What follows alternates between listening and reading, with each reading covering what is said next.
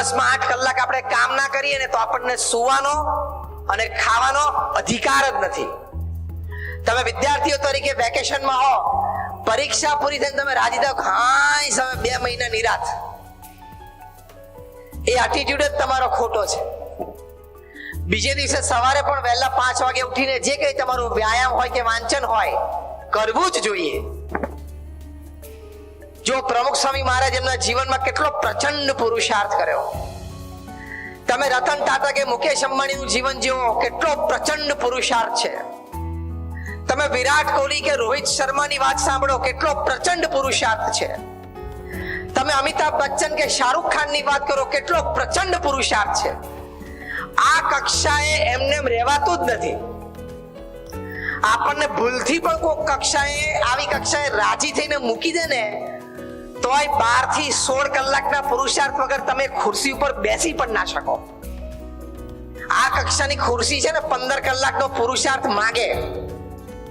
બધા વડીલો આગળ બેઠા છે, વાત સાચી કે ખોટી? યસ ઓર નો? હા હોય તો આંગળી ઊંચી કરો, વડીલો એટલે ખબર પડે. એટલે શું પાછળ બધા વિદ્યાર્થીઓને પ્રેરણા મળે ને. આ કક્ષાએ પ્રચંડ પુરુષાર્થ માંગી લે. 70 વર્ષની ઉંમરે 18 કલાક કામ કરવાની તૈયારી હોય ને ત્યારે ભારત દેશ ચાલે. અને ત્યારે નિર્ણયો આવે જે આજે નિર્ણય થયો એ.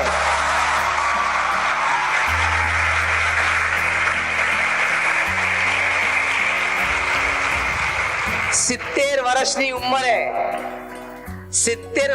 ઉંમરે છેલ્લા 5.5 વર્ષથી 1 મિનિટની પણ રજા ન લીધી હોય ને અને પ્રચંડ પુરુષાર્થ પ્રામાણિકતાથી નૈતિકતાથી કરવાની તૈયારી હોય ને ત્યારે આવા પરિણામો આવે જે છેલ્લા 15 દિવસથી આવે છે.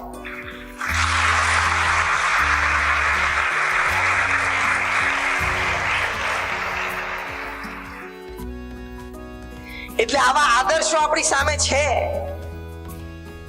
પ્રમુખ સ્વામી મહારાજ તો એક સંત હતા. એ કદાચ ખાલી મંચ ઉપરથી પ્રવચન કે કથા કરે તો લોકો એમના આશીર્વાદ લેવા આવવાના જ હતા. પણ એમણે નક્કી કર્યું કે મારે એક વ્યક્તિને મળીને એનું જીવન સુધારવું છે.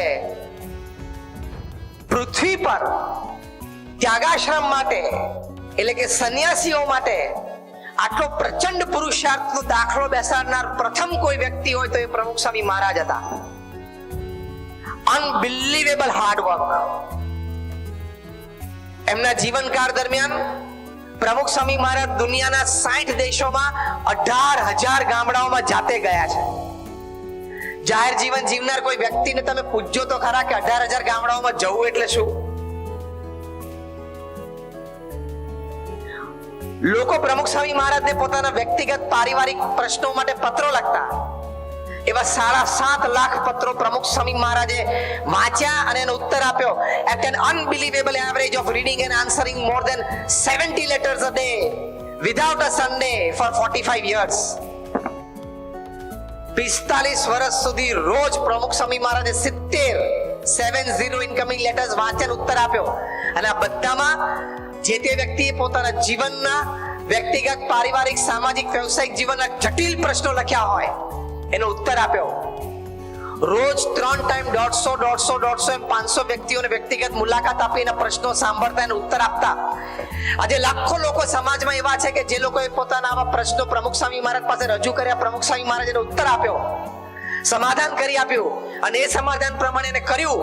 અને દુખી હોય એવો તમને એક પણ વ્યક્તિ સમાજમાં નહીં મળે. બહુ જવાબદારી પૂર્વક એમણે આ બીએપીએસ સ્વામિનારાયણ સંપ્રદાય એની તમામ પ્રવૃત્તિઓ સમાજમાં પ્રસરાવી. વ્યક્તિગત ઘર, ઓફિસ, ફેક્ટરી કે દુકાનોમાં ઉદ્ઘાટન કે અન્ય કોઈ પ્રસંગે પ્રમુખ સ્વામી મહારાજને આમંત્રિત કરતા એવા 3.5 લાખ સ્થાનોએ પ્રમુખ સ્વામી મહારાજ જાતે ગયા છે. જ્યારે એમની ઉંમર 65, 68, 70, 72 હતી એ વખતે તો અમે એમની સાથે ફરેલા છીએ. રાત્રે 11 વાગે, 11:30 વાગે ને 12 વાગે 70, 72 અને 75 વર્ષની ઉંમરે અમે પ્રમુખ સ્વામી મહારાજને આદિવાસીઓને ઝૂંપડામાં બેસીને એ લોકોને સંસ્કૃત કરતા નજરે જોયા છે. What an effort! What a hard work! જ્યારે આ સંસ્થા આટલી મોટી વિશ્વવ્યાપી બની છે, અમારા જેવા 1100 સંતોને દીક્ષા આપી, આમાંથી 750 થી પણ વધારે સંતો graduates, post graduates, chartered accountants, doctors, engineers છે. આ પહેલા બેઠા છે ને સારંગ કીર્તન સ્વામી છે, એ તમને આમ બેઠા છે તો બહુ આમ સિમ્પલ લાગે છે. He is a Born American citizen, જન્મજાત અમેરિકામાં અમેરિકન સિટીઝન છે. જન્મ્યા પછી 20 વર્ષે પહેલી વાર ઇન્ડિયા આવેલા છે. હ્યુસ્ટનમાં ત્યાં રહીને એમને મેનેજમેન્ટમાં ગ્રેજ્યુએશન પૂરું કર્યું છે અને પ્રમુખ સ્વામી મહારાજના હાથે એમણે દીક્ષા લીધી છે. આ સુરદય સ્વામી છે, એમણે નડિયાદમાં DDIT Dharamsinh Desai institute of technology માંથી બીટેક કરેલું છે, IT એન્જિનિયર થયેલા છે. અને તમારા અહીંયા જુનાગઢ શહેરના ને આ પંથકના અમારી સંસ્થાના કોઠારી સ્વામી ધર્મ વિનય સ્વામી, એ પોતે પણ ડિપ્લોમા એન્જિનિયર થયેલા છે.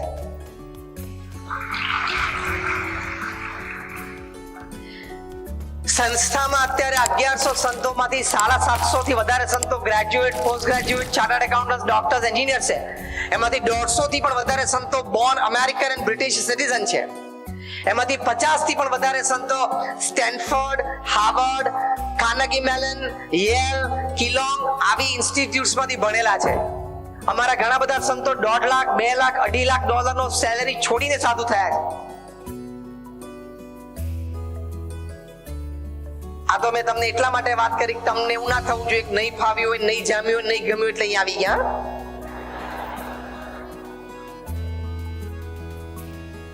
સંતોને જોવે ને એટલે લોકોના મનમાં આવો વિચાર આવે કે આને બહુ જામ્યું નહીં હોય, આને કઈ બહુ ફાવ્યું નહીં હોય એટલે અહીંયા આવ્યા છીએ. It's not the case in BAPS. BAPS Swaminarayan સંપ્રદાયમાં વાત નથી.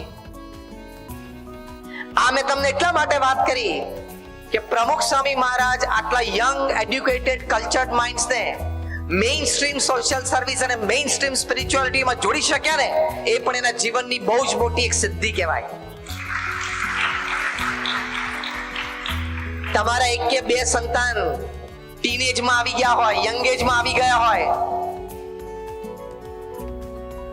પ્રમુખ સ્વામી મહારાજ આ સંતો કેવી રીતે કર્યા એનો એક એક્સપેરિમેન્ટ તમને આપું. તમારા ટીનેજ કે યંગ એજ ચિલ્ડ્રન હોય ને, એને ખાલી તમે હેર સ્ટાઇલ તો બદલાવી જોજો, બાપ તરીકે કે મા તરીકે, કે બેટા હેર સ્ટાઇલ બદલતો.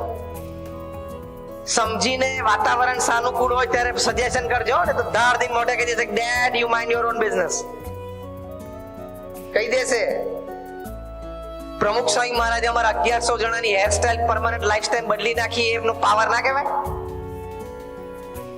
પ્રચંડ પુરુષાર્થથી અને સદભાવનાથી આટલું મોટું પરિણામ પ્રાપ્ત થઈ શકે છે.